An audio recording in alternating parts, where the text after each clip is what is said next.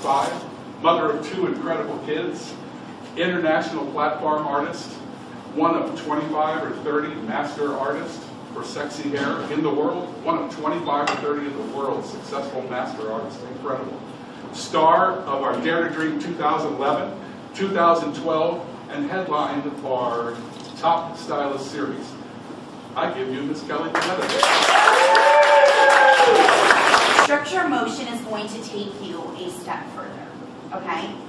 So I want you to keep in mind, you could probably utilize your standing techniques here in school, but what your instructors are teaching you is absolutely correct, and that's what's going to help guarantee you a pass at State Board of Cosmetology, okay? Structure motion today, what I want you to realize, how it's going to benefit your body in the future, how you're going to be able to stand longer behind the chair because you just have a better energy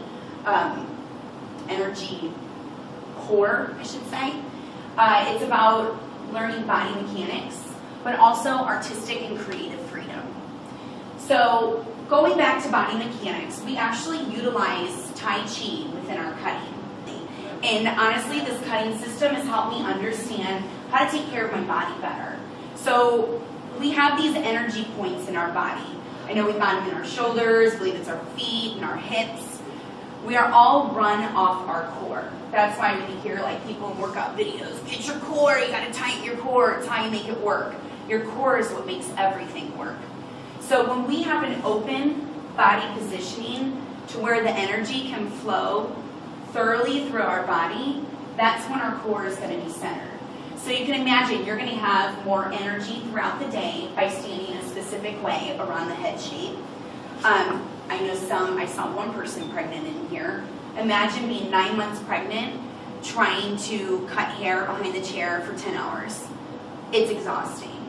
But if you start body mechanics now and incorporating it into your cutting, you're going to be able to last throughout the day. But as far as structure motion, so the reason why we stand differently, we cut between the hand and the head shape. So when I'm cutting a section, rather than pulling the section out and cutting on top of my fingers, I'm actually cutting between the head shape and my hand. So what's great with structure motion is you're able to stand in the same section and pull everything to you because you get to watch what you're doing the whole time. You guys excited? You want to see something? Perfect. We're going to go ahead and get into some cutting. Hold on to the product. We'll talk about what we're going to do with that in just a second. But I want you guys to really be able to see all the different movements within this system of cutting. So in my first section, I'm doing a 45-degree angle cut, okay? I'm bringing everything laterally directed straight back, as if she's on a motorcycle, hair's flying, so that I can have that short to long feel, okay? I'm cutting down, so I'm going to put my left foot forward, my fingers are up, and my shears are down. So when we are cutting through this haircut, we're able to cut the interior, the perimeter, and the texture all in one fluid motion. And we do that by incising our shears, okay? We're pumping our shears, and we're never closing our shears. This is creating notches, which is texture, into the haircut. If they have really thick, coarse hair, I might get buck wild and just create a lot of texture, get that bulk out. They don't need all that hair. Or if they have super fine hair, I might be a little bit less vigorous because I don't want to take too much bulk out, okay? So she's got fine hair. I'm not going to be as aggressive. I still want her to look full, but we're going to create our signature cut, which is the A-line bob. So you're going to be able to see cutting up, cutting down, diagonally, stationary, and mobily, all within this haircut. And then I'm going to take structure motion, the system, and do a really quick, easy 4-section haircut, longer layers. Something to make it look a little bit different instead of just doing the 180 all the time. Because God knows we want to step outside that box, right? Okay. So we're going to go ahead and we're going to have our client look down. I'm starting in this bottom section. Okay. And we're cutting down. Incising, never closing our shears. If we cut from point A to point B and close our shears, what do we create? You create that big, harsh line. And then, like I said earlier, you do a lot of point cutting and debulking to try and get all of that weight out, where we could get rid of all of those lines just by pumping our shears and never closing them. But do you notice how in each section I'm standing in the same body position? Can I what? Go a little slower because it's hard to see from back here. Like, so are you pulling from your section so you have your guide seat, or no? I started in the center, and that was my guide. So I'm pulling everything laterally to the center Okay. and using the center piece as my guide. Okay. Yep. Perfect. Moving up. Okay, I'll lay your head straight forward. So now that we're moving further up the head, we're right around the occipital. I really want to make sure that I don't take too big of sections. So if she has a really big melon, subdivided into more than 5 sections. She's pretty small, so I think we're going to be okay with 5. But I mean, there are some heads out there that just blow you away. They do. Or like uneven ears. You know, sometimes we look at like ears to make sure sideburns are even. Oh my gosh, I have a client that one ear is up here and one's down here. I kid you not. He's fantastic though, I love him. But he is very uneven. He's not symmetrical. Okay, so now that we're moving up in our sections, we just got done at a 45-degree angle. If I wanted to disconnect it, I don't have to start at the 45. I could do something different, but that takes this to a whole nother level, and I don't want to confuse you. So we're just going to be following her head shape, creating rounded graduation, moving up the profile. So we ended at a 45-degree angle. We're cutting up now, so my right foot's going to be forward, entering in with my shears at a 45, and cutting up. When the hair buckles, I just stop, make sure I still have my guide, recomb, and follow up, ending at about a 90. Same with the next section, pulling it straight back, starting at that 45, entering in and cutting up to about a 90. Can anybody tell me maybe why I'm twisting off my sections rather than using a bunch of clips? So it's quicker. It's faster, and once I comb through it, I know I cut it, and I don't have to go back again. It's like checking your work at the same time.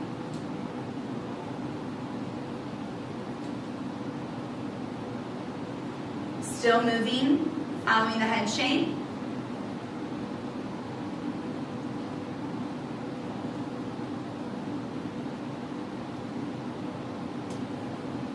Perfect. Moving up. So a lot of trends that we're seeing, I know in the past, having that shorter, higher stack in the back was totally in. It's going to give you more volume, keep that length on the side. Trends change all the time. So that's what's great about this system is we can switch up our elevation or our angle to keep up with trends.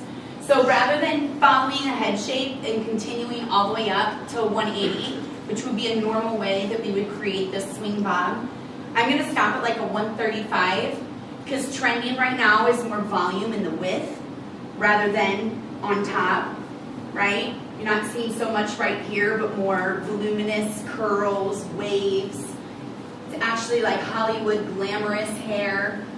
Like most people are doing lots of pin curl sets, believe it or not, to create their looks that you're going to see on runway. So what you're learning right now, like with level 1s, your pin curls and your finger waves, keep up on that because those are trends that are releasing right now. Everything repeats like every 10 years. So you're going to see an era come back, come back. I'm so glad the 80s didn't get too crazy, but we do have some big volumed width, not just so much height. So, anyways, moving on. Okay. So we're now in the back profile, finishing up her top crown. We're going to subdivide again into 5 to 7 equal subsections. So we left off at what elevation? 90. So I'm going to pick up at a 90, and I'm going to move to a 135. So I'm cutting up, so my right foot is still forward, fingers are down, shears are up, entering in and cutting to about a 135. Cool, I know my weave gets in the way, so I'll keep moving around. But I'm not pinning it back, it's too beautiful.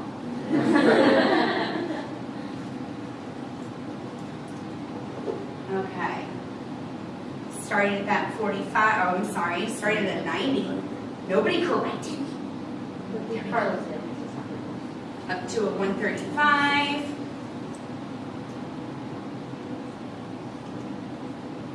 Picking up my reference point from underneath, letting it fall out. Moving on up.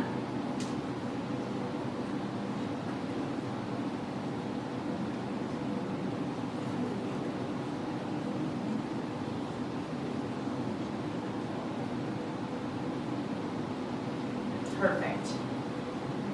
So now we have some graduation in the back. Still have our length. Oh, there's one out here, but no, never mind. It's perfect. Lovely. Still have some length, just more movement within the middle section of her hair. And now we're going to connect the back to the front. Cool? Okay. Really easy, right?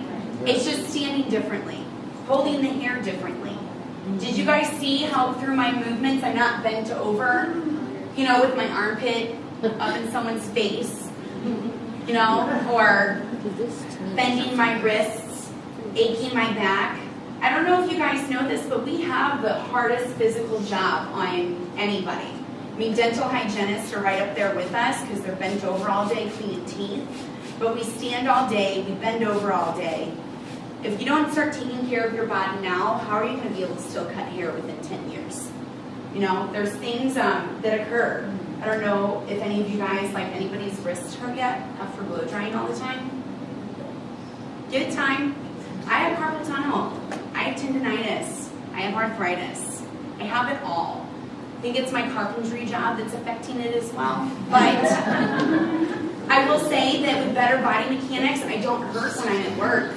I know it's not my job that's affecting me because I'm doing things correctly. If your body hurts when you're doing something, that means you're doing it wrong. And you gotta switch it up. Break old habits now so that in the future, you'll be able to last longer. Okay, so I'm gonna take her side and we're gonna do some diagonal partings and separate the whole side into 3 subsections. What I'm going to do is take each subsection and laterally direct it to the graduation that's right behind the ear, her longest piece. If you grab a shorter piece, you're going to create a hole. So make sure you remember, right here in the occipital, right behind the ear, is your guide. So you're going to pick up your first section.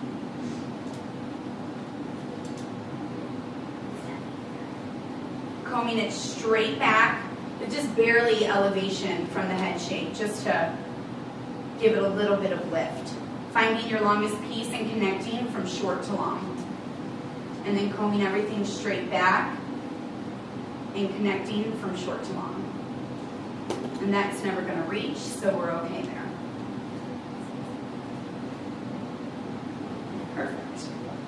So now we'll go to our other side. Since this is our finer side, I'll just subdivide it into 2. Taking our first subsection, we'll comb it straight back. Finding the graduation where? Right behind the ear. Right behind the ear. This time we're connecting from short to long, but in order for me to get to it, I just had to flip my hand over and cut down. Cool? Next section. There's nothing to cut. We're all good. Okay, so moving on. Your curls are just throwing me for a loop right now. That is such a different wave pattern. She's got like 4 different wave patterns on her head. There's like ringlets, and then waves, and then just flat. It's amazing. Okay, so now what we'll do is we'll go through the parietal, do a horizontal parting. Keep the front and this back separated. We're going to take this parietal and subdivide it into 3 diagonals again. Starting at the top apex, you've got 1, just twist it, 2 and 3. And then we'll go to the other side and we're going to do the same thing. Parting around the parietal.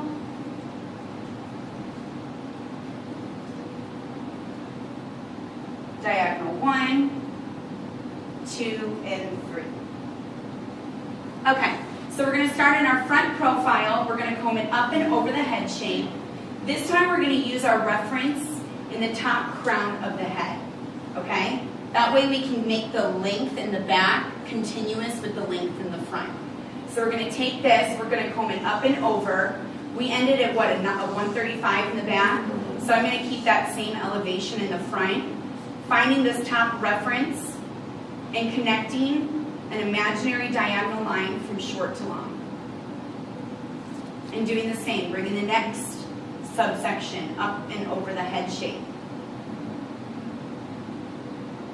Using the top centerpiece as your guide. Connecting from short to long, creating an imaginary diagonal line. What is that doing in the layers? You're connecting and putting layers through the top profile. So you're going to have that movement now, falling over and going with her head shape. The fact that I'm wrapping the hair around her head means I'm conforming her layers to fit her face. So when she goes to style, it's going to lay perfectly for her. It won't be a lot of work. It's minimal effort when it comes to styling. Cool. So the way you cut like under your hand and everything, isn't that making it a little bit shorter than like what you used to do your mouth? No, because I'm connecting from my guide all the way out. You mean by cutting on this side of my fingers? Yeah. And moving out? No. If I had used this as my guide, combing it up and over, and I used the opposite side, do I have any control over this hair? No. Over here, I have tension and control, right? Okay. So over here, I don't. So this would actually be probably a couple millimeters longer than the back profile. Okay. Does that make sense? Yeah. Cool. I love control. I'm sure you guys all do too. So now we're going to take our front profile. We're going to comb it up and over the head shape. This time I'm bringing it to me. If you try standing on the opposite side of the head, you're just going to feel really uncomfortable because your arms are just not going to move that way. That's why when we're going up and over the head shape, we usually just stay in the same position. And connecting from short to long. Subsection 2. Combing up and over. Grabbing our top reference point as our guide. Would it matter, Kelly, if you're right-handed or left-handed, what side you would stand with? If you're left-handed, you're going to be standing on the opposite side of the head. And just staying there while you're doing both Mhm. sides. Yep. It's just a more comfortable, like doing around the ears, and that is just. It's just You're you'll right-handed. feel if it's uncomfortable, you'll feel it, Yeah. and you'll want to know how to stand differently. Okay, so now we've got our longer layers through the sides as well. I'm going to go ahead and connect her fringe. Are you trying to do anything different with that, or are we growing this out? No, it's not just so you can. Okay, That looks nice. we'll just clean it up. How about that? That sounds great. And then we can go around our perimeter once we're done cutting our fringe and just clean up with some point cutting. There's nothing wrong with point cutting. I mean, how I'm standing, that's the system of structure and motion.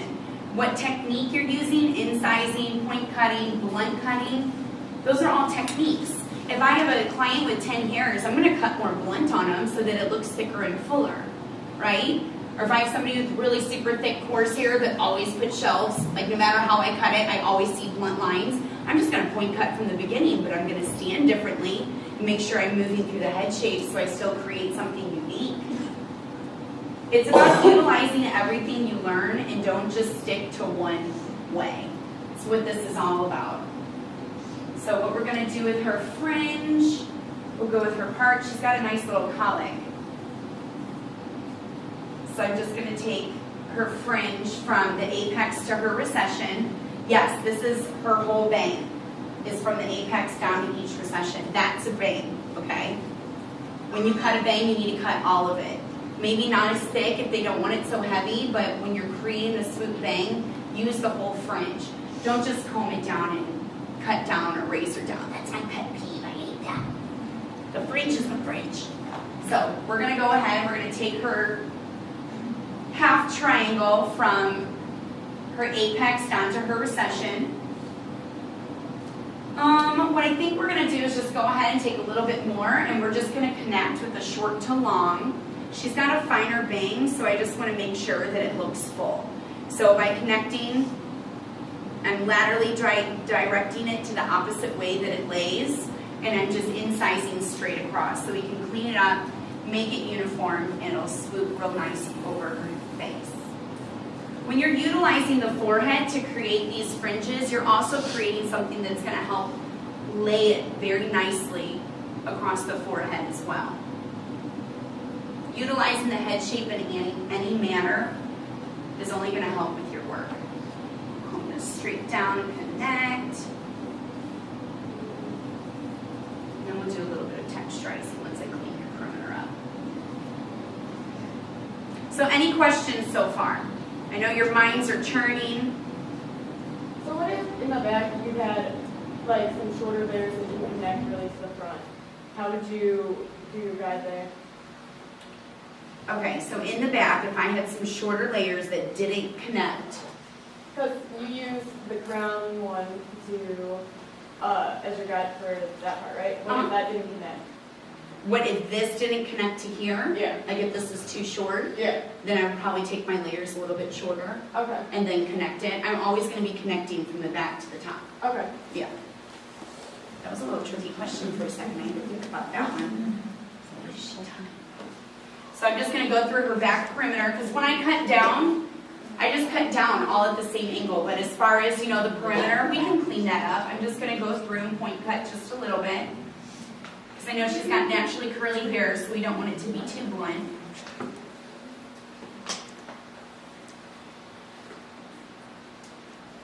Okay.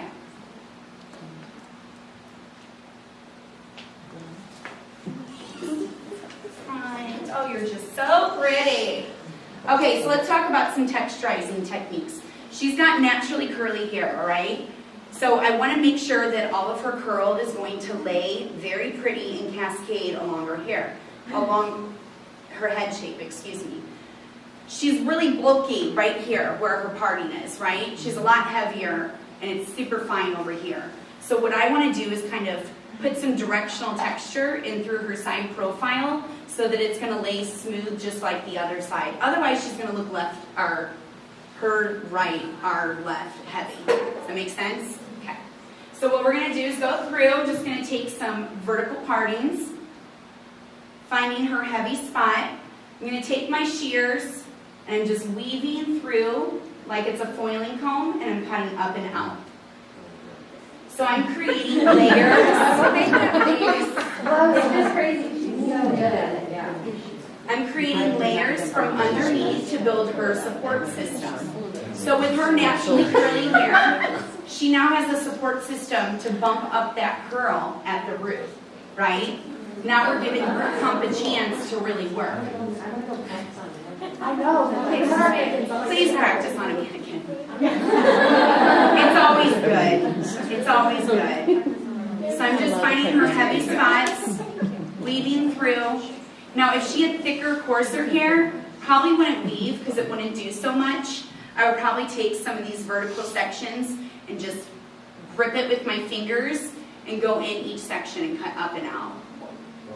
You're just gliding it up, aren't you? I'm just incising up and out, pumping my shears, never closing my shears. That would be bad. Stay away from the top crown though, because you don't want to have little pokers come through, okay? Make sure she's good. Okay, if we need to do some more texturizing, we'll do it when she's dry. Okay, your blow dryers and your flat irons are the most important tools in your brushes. Because if you don't have the right tools, you're just going to consistently, it's going to be harder for you to do hair. When you have a good blow dryer that can smooth it out, I mean, you'll save time. I'm not going to have to go back through and flat iron her when I'm done. She's going to be rounded out and be a bombshell. But moving in with the 5-pass blow dry, it really just helps you with a roadmap to styling and helps you get the hair blow dried without picking up too many sections or picking up too much hair and having to pick up your flat iron when you're done. It's taking your time. It really is. That's why it's nice to have a system of cutting that speeds up your cutting and gives you more time for styling. Because really her finished look is what makes it all count. How does she feel when she walks out? That's why I started in the front of her hair and got her face, all around her face blow dried, so that when she's looking in the mirror, she's not freaking out on me. wondering, oh my God, we just cut my hair off. What is this gonna look like? You know? So what was nice about styling her is that everything is laying just perfectly across her head. You know, finish up her look in the front. And then we'll put some styling aids in there.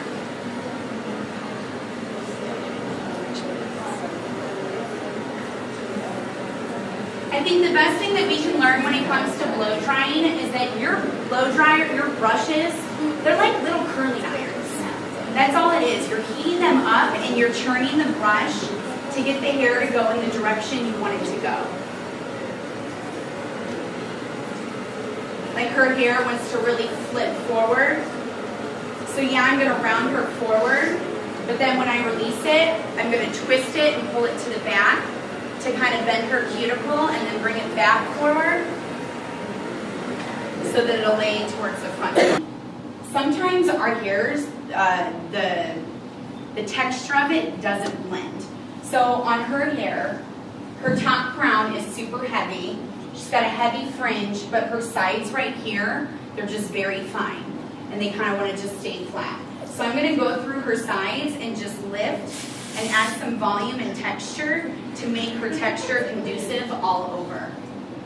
I'm going to spray through here as well. I'm also, with her having a heavier top, her hair wants to split a lot. So I'm going to base it at her scalp too, just so that I can back comb and have some traction to back comb into.